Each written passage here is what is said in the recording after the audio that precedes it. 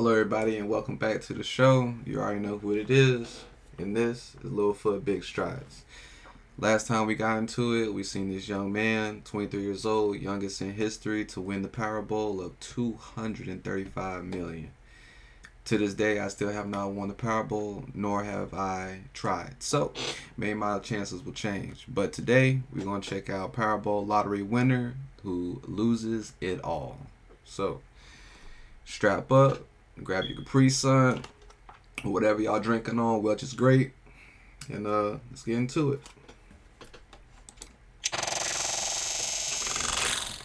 Facts First presents Powerball lottery winner loses it all. Many people dream of winning the lottery. If they won millions of dollars, all their problems would be solved. They could live in a beautiful mansion, drive a fancy car, wear only designer clothes. With millions of dollars, they'd never have to work again. There are plenty of reasons why winning the lottery would be incredible. But when Marie Holmes won, she says that it was one of the worst things that ever happened to her. What would make a woman upset about winning $188 million? Before we get into Marie's story, jump down to the comments and let us know, if you were to win the lottery, let's say $100 million, what? So yeah, down in the comments below, y'all let me know what y'all would do with $188 million, because by all means, investing in what y'all could do. I know y'all gonna have some fun, but don't waste it all on a fancy car. But just let me know. What would you do? Would you retire? What would you spend it on? Would you invest it? Tell us in the comments. Also, be sure to subscribe and click the notification bell so you don't miss our future videos. Nobody needed money more than Marie Holmes. When she won the Powerball, she was 26 years old. She was working at McDonald's and Walmart trying to support her 4 children on her own. Shortly before winning the lottery, she had to quit both jobs after one of her children was diagnosed with cerebral palsy. The pressure was weighing on Marie. With 4 My name is Scott Harrison.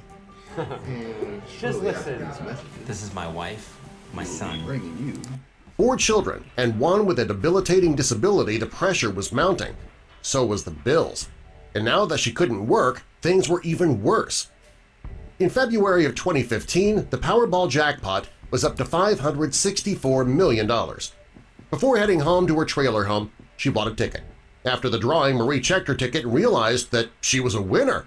She says that she almost had a heart attack when she checked that ticket. She learned 2 other people also had winning numbers, so she was entitled to 1/3 of the jackpot. Like that's anything to complain about. Many people believe that when you win a jackpot, you turn your ticket in and you're immediately given the money, but that's not the case. Big winners, they need to go through a long process to claim their winnings. There's a lot of paperwork that needs to be filled out before you can get the money, and you have to decide if you're going to take all your winnings in one lump sum or receive it in installments over 30 years. While Marie, she could have taken her share of the prize, $188 million spread out over 30 years, but she chose to take one lump sum of $127 million. Marie, like most lottery winners, chose to take the lump sum. Marie took the money right up front, assuming she'd get $127 million and be on her way. But she didn't consider the fact that she'd have to pay taxes on that. All lottery winners are required to pay federal and state taxes. The state of North Carolina, they were entitled to 5.8% of Marie's winnings, and the federal government wanted their cut too, 25%. If the winnings are in the highest tax bracket, they can take up to 39.6%. Depending on how Marie was taxed, she would have had to pay up to $50 million in taxes. Marie had already figured out what she was planning to do with her money. She planned to move out of her trailer and buy a proper home. She wanted to set up college funds for her children, and she pledged to donate money to her church. She says that she struggled to support her children for so many years she wanted to make sure to plan for their educations. While doing this, she wanted to make sure that they understood the value of a dollar, too. She vowed not to spoil her children. Unfortunately, she made some poor decisions with that money that left her wishing she had never won it at all. Marie had a boyfriend named Lamar McDowell, and when she got her money, she bought her boyfriend a $15,000 diamond-laced Rolex. There's a waste of money. He gladly took. Y'all know what I'm about to say. That was the first thing she did. 15,000. The watch, of course, knowing that there was more where that came from. He only had $100 in his bank account when he was arrested in 2014, so fortunately for him, he now had a girlfriend that could afford to bail him out, regardless of the cost. He denies that Marie paid $21 million to get him out of jail. He says that she paid just 10% of that. Still, that's a lot of money. When he was released from prison, he moved into the $350,000 home that Marie bought for her and her children. Shortly after Marie moved into her new home, people started calling and asking for money. Yeah, there's a big surprise. Friends and family members always seem to come out of the woodwork when somebody wins the lottery. And they started calling Marie about their money problems, and since Marie did have means to help them, she did. Giving a friend $10,000 didn't really seem like a lot of money, but when more and more people started asking for money, it really started adding up. This is a problem that many lottery winners have, and it's why experts suggest that lottery winners do whatever possible to keep their good fortune a secret. As if the constant phone calls weren't enough, Marie started to regret buying that dream house too. The neighborhood she lived in was an affluent white neighborhood. The people in the neighborhood, they were not happy about a black family moving into the neighborhood, so they started to harass the family. Marie says that one of her neighbors set up a camera to record everything they were doing in the yard. If Marie were driving the speed limit, the neighbors would still wave for her to slow down. The neighbors didn't threaten her, but they did want to harass her enough to make her want to move. Marie… I experienced that. Trust me, I know exactly what that feels like. I was living in a gated community, and all my neighbors were more elderly, of course. But either way, I was more the youngest, black, and a white dominant, You get it. She attended the Pleasant Hill Missionary Baptist Church since she was a child. She took the church's teachings to heart, and she chose to show the church and God her gratitude by giving the church 10% of her winnings. It's called a tithe. Had Marie been able to keep her winnings anonymous, that promise might not have come back to bite her. Unfortunately, in North Carolina, the names of lottery winners are made public, according to the law. Marie kept her promise, and she donated $700,000 to the church that was in desperate need of repairs. Marie's good fortune and her donation to the church caught the attention of a pastor named Kevin Matthews.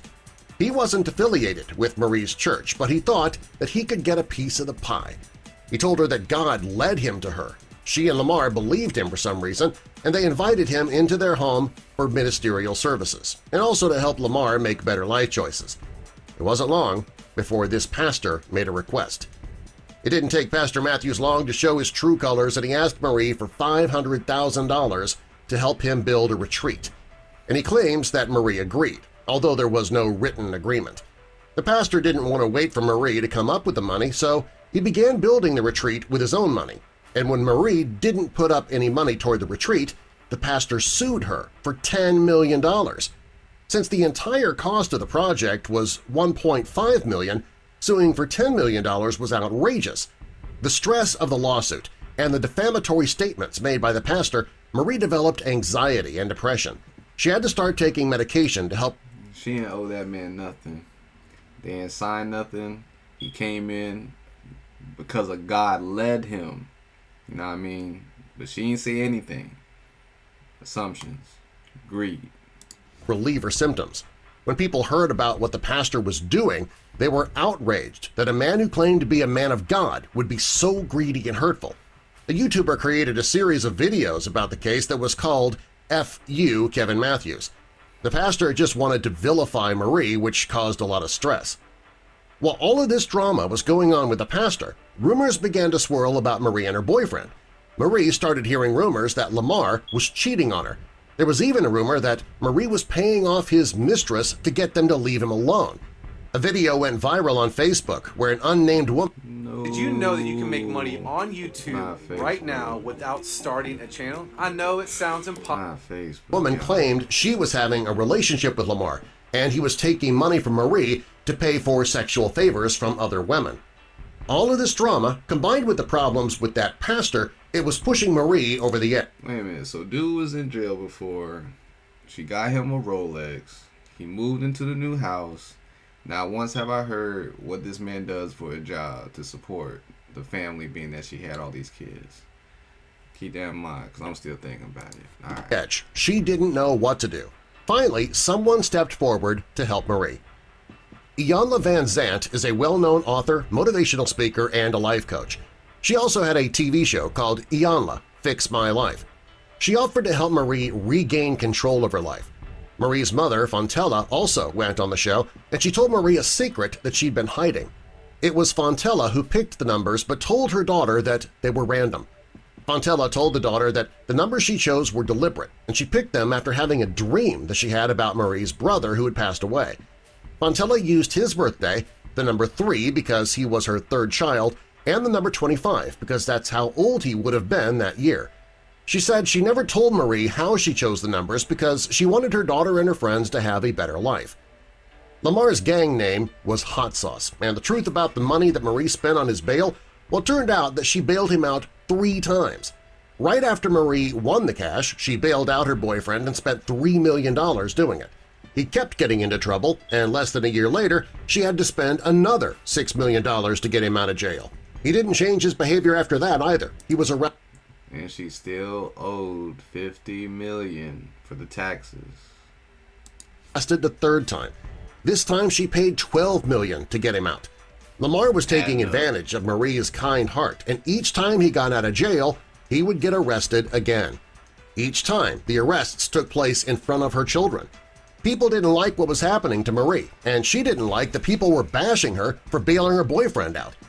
He claimed that since he was the father of her youngest child, she was doing what was best for the family. As if Marie wasn't going through enough, people began bullying her. They accused her of stealing her mother's lottery ticket, even though Fontella admitted on the show that she gave the ticket to her daughter. During the taping of the show, Marie also found out that her boyfriend and the father of her youngest child was sentenced to 7 years in jail. Some even accused Marie of not being a good Catholic. Because the Catholic Church is against gambling, some people believe that she should never have bought a ticket in the first place. That's something that priests disagree with, though. Many church youth groups hold raffles, and many churches host bingo nights. How's that any different? They're all forms of gambling. The stress was wearing on Marie terribly, but between her own inner strength and help from Iyanla, she didn't let the stress break her. She managed to hold it together and do something good.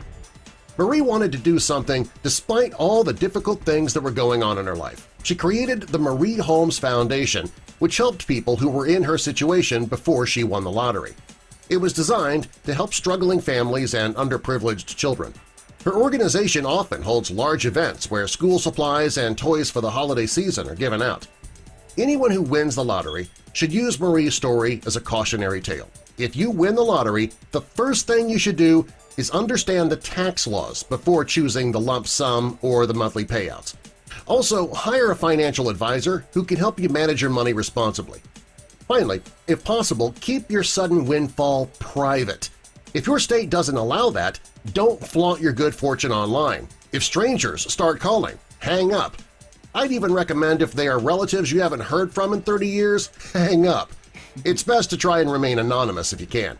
If you learn anything from Marie's story, it's that you should keep quiet about your lottery winnings and get the necessary guidance immediately. This Powerball lottery winner loses it all. She managed to do some good things with her winnings, but she still wishes she had never won.